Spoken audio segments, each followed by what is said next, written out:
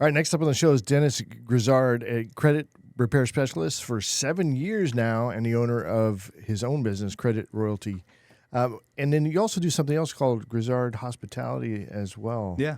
But credit repair is your bread and butter? Definitely. All right. So tell me a little bit about your background, how you got involved in the credit repair business. Okay, so background. I spent 10 years in the medical field out in California.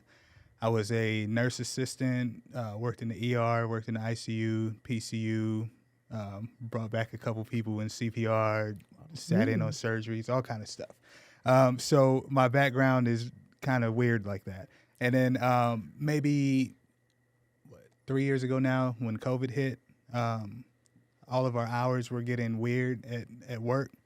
So when they cut down the hours, I put more time into the credit repair business, which I was already doing on the side. And then about 2 months into it, one overtook the other. And I was faced with the decision right there. Do I want to stay at the job where I don't know which way the work is going to go, because COVID was a really unsure time. So I didn't know what was going to happen. Or I could leave the job, work for myself, and kind of bet on myself, because I've always been like a hustler my whole life.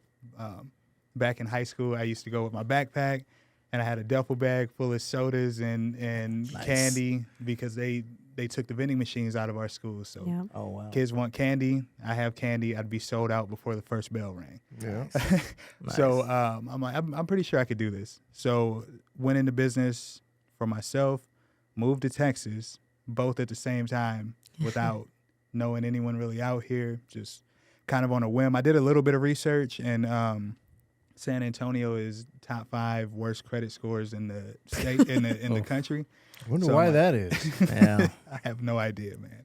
But they're on average, one of the lowest credit scores are here in San Antonio. So I figured I could help a lot of people out here and kind of stay consistent with business. So that kind of went into that decision as well. And then, like, how I got into credit repair, back in 2017, I needed a car. My car was breaking down. It sounded like I was grinding metal when I rode up to the car dealership. And I'm like, hey, I need to leave here with something. I wanted a Kia Optima. I went to 2 different car dealerships. I got denied at the first one for any kind of car. Went to CarMax. They denied me for the Kia Optima. They gave me a, Hyundai Sonata at about 30% interest, because my credit score was a 479. I had collections, charge-offs. I knew absolutely nothing about credit.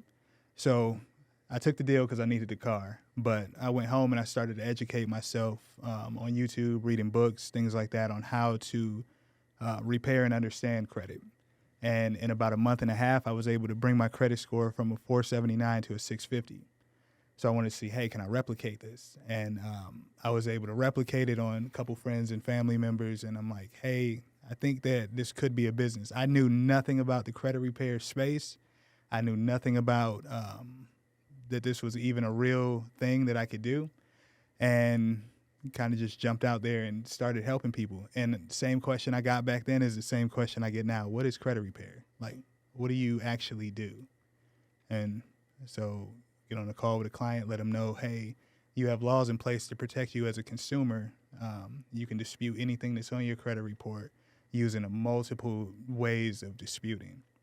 And anything can be removed from a credit report if disputed correctly.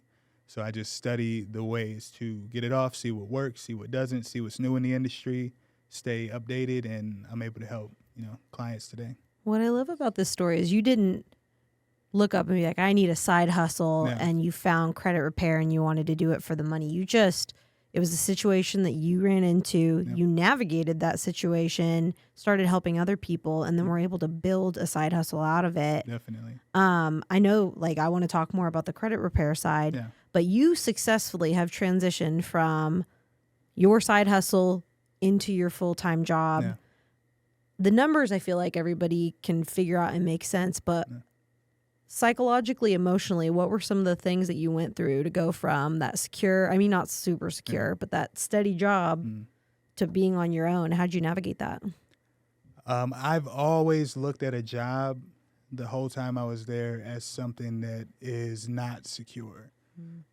I've always known that, like, I got fired from a job like a long time ago from a hospital that I dedicated years to. I gave them everything I had, working overtime and things like that. And I had one of my certifications lapse temporarily. I was able to get it back a month later, but in that month period, they couldn't wait for me to get it back. I couldn't be like off work for that time period. They're like, you either get it by this date or we have to let you go. And that kind of woke me up to where there is no security. There is no such thing as job security at all. And when I realized that there was no such thing as job security, I immediately switched my major. I was going to school at the time. I immediately switched my major from nursing to business administration because I wanted to understand the ins and outs of what it would take to get into, what it would take to get out of this unsure thing where I don't control my own destiny into a situation where I can at least create some freedom. And I didn't get into, you know, owning my own business to become like a billionaire or something like that, even though money is good to have, but I just wanted the freedom. I was newly married, you know, children, all of that. And I wanted to spend as much time with them as possible. And that was my main goal. We got just I don't know, about a minute or so left, but when it comes to repairing your credit, what would be like the top tip or two that you would give somebody before they come to you? What's some basic stuff? They're like, hey, do this right away. Okay, so most of the time people do not check their credit. So I would start with downloading either Credit Karma or Experian or both because they're free.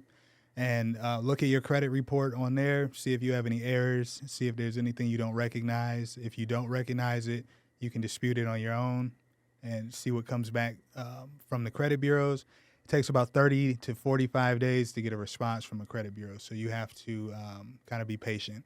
And then after that, I would say that you could lower your credit utilization. That's usually a big thing. People have high usage on their credit cards, and that lowers your credit score because that's 35% of your credit score. And then payment history is 30% of your credit score, so that's 65%. That's 100% in your control. So if you can control that, you can have a pretty decent credit score, even if you have like a negative or something on there. What's the part that's out of your control? The parts that's out of your control is age of credit, like your credit age.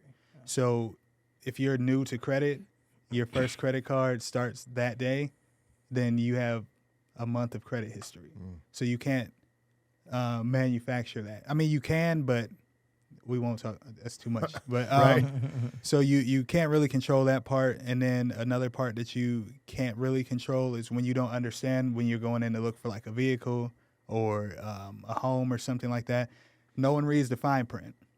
So they blast your credit to 10, 15 different banks every time you go and look for a loan through a company like that.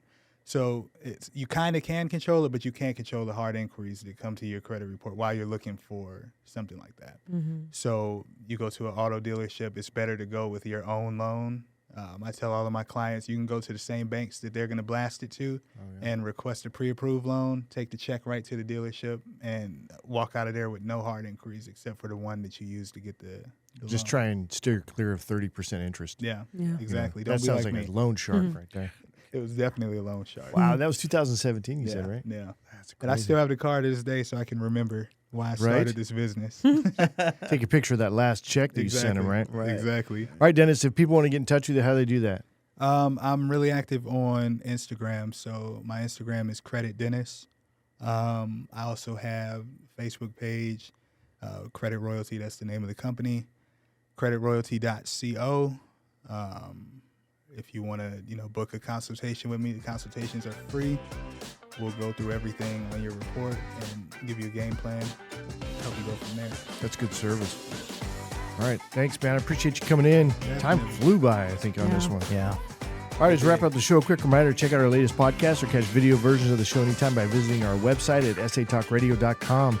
That's going to be it for us for this one. You guys have a great week. Great job, everybody. Awesome. Thank you, Appreciate y'all. Thank you so much.